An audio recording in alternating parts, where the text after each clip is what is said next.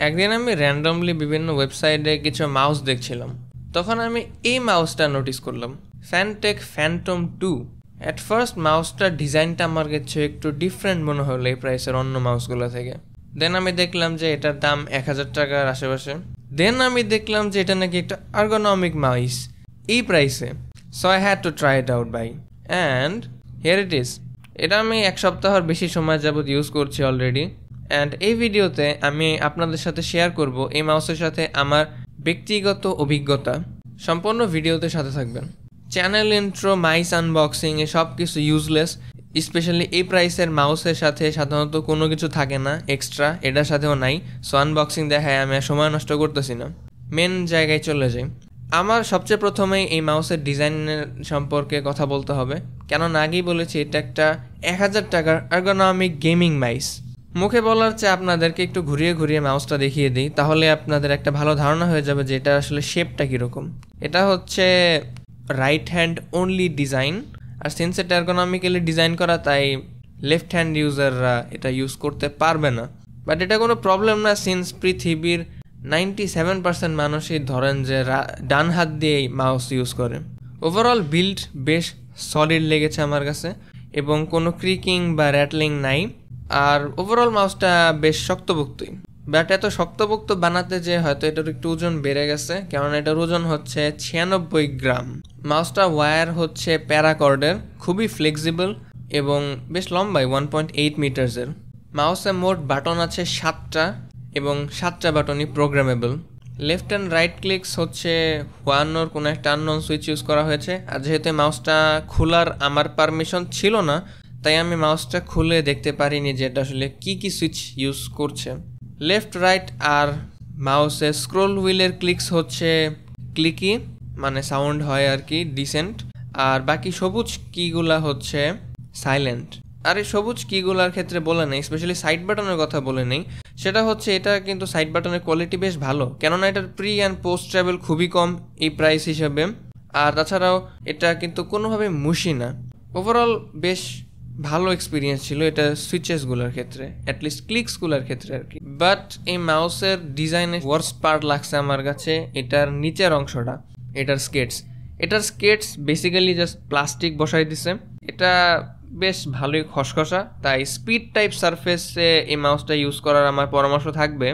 আর এটা রিপ্লেসেবিলিটি আছে I believe, টানাটানি করে খোলা যায়, দেখে বোঝাই যাচ্ছে যে এটা রিপ্লেসেবিলিটি ইন মাইন্ড নিয়ে ডিজাইন করা হয়নি।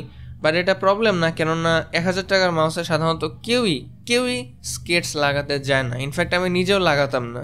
বাট সিন্স ফ্যানটেক তাদের টার্গেট কনজিউমার সম্পর্কে ভালোভাবে অবগত যে তারা তাদের স্কেটস পরিবর্তন করবে না, তাই তাদের উচিত ছিল যে আউট অফ দ্য বক্স ভালো স্টক স্কেটস দেওয়া, বাট তারা তা দেয় নাই।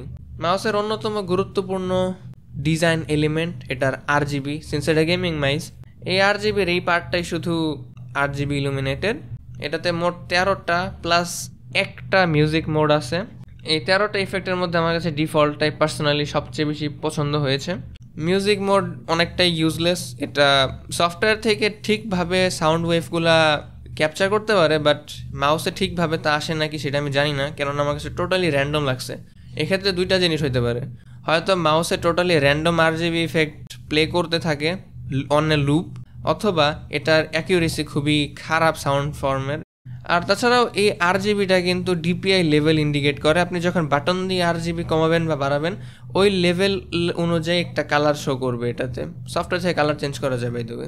ও হ্যাঁ, একটা কথা বলতে ভুলে গেছি, এটা কিন্তু স্ক্রোল হুইল বেশ ভালো কোয়ালিটির প্রাইস অনুযায়ী। আর ওভারঅল কিন্তু এই মাউসের কমফোর্ট অনেক ভালো, আমি 4-5 ঘন্টা টানা ইউজ করছি, হাত ব্যথা হয় নাই, কোনো ঝামেলা হয় নাই।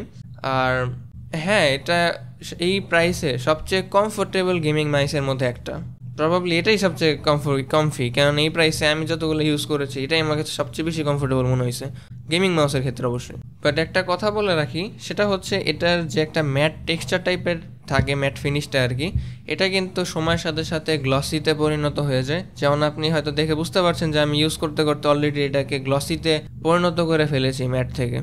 ওকে, ডিজাইন সব কিছু বাদ দিই, এখন আসি এই মাউসের মেন জিনিসে। যে কোনো মাউসের, গেমিং মাউসের মেন জিনিসে, এটার সেন্সর। এই মাউসটা ইউজ করছে একটা আননোন সেন্সর। এগেইন আমি মাউসটা খুলতে পারিনি, এই জন্য আমি জানতে পারিনি যে এটা আসলে কি সেন্সর। বাট এটার পোলিং রেট হচ্ছে 125 হার্টস, 20G অ্যাক্সেলারেশন, আর এটা ডিপিআই রেঞ্জ হচ্ছে 400 থেকে 7200। সেন্সর নিয়ে যদি আমি বলতে চাই তাহলে আমার এক কথায় বলতে হবে যে কাগজে যা দেখতে পাচ্ছেন এটা ইন রিয়েল লাইফও ওরকমই পারফর্ম করে, এক্স্যাক্টলি ওরকম। এটা আসলে পিওর 20G পাওয়া যায়, আমি অ্যাকচুয়ালি ইউজ করা যা বুঝতে পারছি।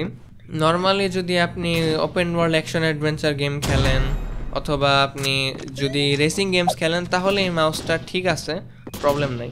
বাট যদিও বললাম যে এই জনরাগুলোর জন্য ঠিক আছে, কিন্তু আপনি যদি মাউস অনেক জোরে নাড়াচাড়া করেন, যদি আপনার মুভমেন্ট 17-18G'র উপরে চলে যায় স্পিড, তাহলে কিন্তু এটা ট্র্যাক করতে পারে না প্রিসাইসলি। অথবা আপনি আরেকটা কাজ করতে পারেন, আপনার যদি এই মাউসে নিতে হয় তাহলে আপনি বেশি ডিপিআইতে খেলতে হবে আপনার, আর কি এটাই। আমি নর্মালি খুব একটা ঝামেলায় পড়ি নাই মোস্ট অফ দ্য টাইম, যেহেতু আমি স্টোরি বেসড গেমসই খেলি FPS ক্যাটাগরির। অবশ্য আমার এটা ডিপিআইটা বাড়ায় নিতে হয়েছে তারপরেও, but it's fine considering the price. আর এটা লেটেন্সি নিয়ে যদি কথা বলি তাহলে যেহেতু এটা একটা 1000 টাকার মাউস প্লাস এটার পোলিং রেটও কম 125 হার্টস, তাই আমি বলবো যে এটার কিন্তু লেটেন্সি আছে, স্পেশালি সেন্সরের। তাই আমি বলবো যে এটা বাই এনি মিনস স্পোর্টস গেমগুলোর জন্য অ্যাকচুয়ালি অ্যাপ্রোপ্রিয়েট না। আপনাদের আরও বেশি ইনভেস্ট করতে হবে মাইসে যদি আপনি অপটিমাল পারফরমেন্স পেতে চান স্পোর্টস টাইটেলগুলোর জন্য। অ্যান্ড যদি আমি এই সেন্সরের বিষয়টা সামারাইজ করি তাহলে বিষয়টা দ্বারা এরকম যে আপনি যদি আস্তে আস্তে মাউস নাড়ান তাহলে ঠিক আছে, প্রিসিশন নিয়ে তেমন কোনো কাহিনী খাওয়া লাগে না, মোটামুটি অ্যাকিউরেট সেন্সর। বাট যদি আপনি জোরে জোরে নাড়াচাড়া করেন, একটু জোরে নাড়া দেন, তাহলে কিন্তু এটা আর ভালোভাবে ট্র্যাক করতে পারে না। এটা তখন এটা সামর্থ্য দেখানো শুরু করে দেয়। So this is it. আশা করছি এই মাউসটা সম্পর্কে আপনাদের ভালো একটা ধারণা আমি দিতে পেরেছি। যদি এই মাউস সম্পর্কে আপনাদের কোনো অপিনিয়ন্স থেকে থাকে অথবা আপনারা যদি আপনাদের কোনো এক্সপিরিয়েন্স শেয়ার করতে চান তাহলে অবশ্যই কমেন্ট সেকশনে তা শেয়ার করতে পারেন। আর যদি কোনো কোয়েশ্চেন্স থেকে থাকে এই মাউস সম্পর্কে তাহলে তা অবশ্যই আমাকে কমেন্ট করে জানাতে পারেন, সিন্স আমি কমেন্টগুলো রিপ্লাই দিয়ে থাকি।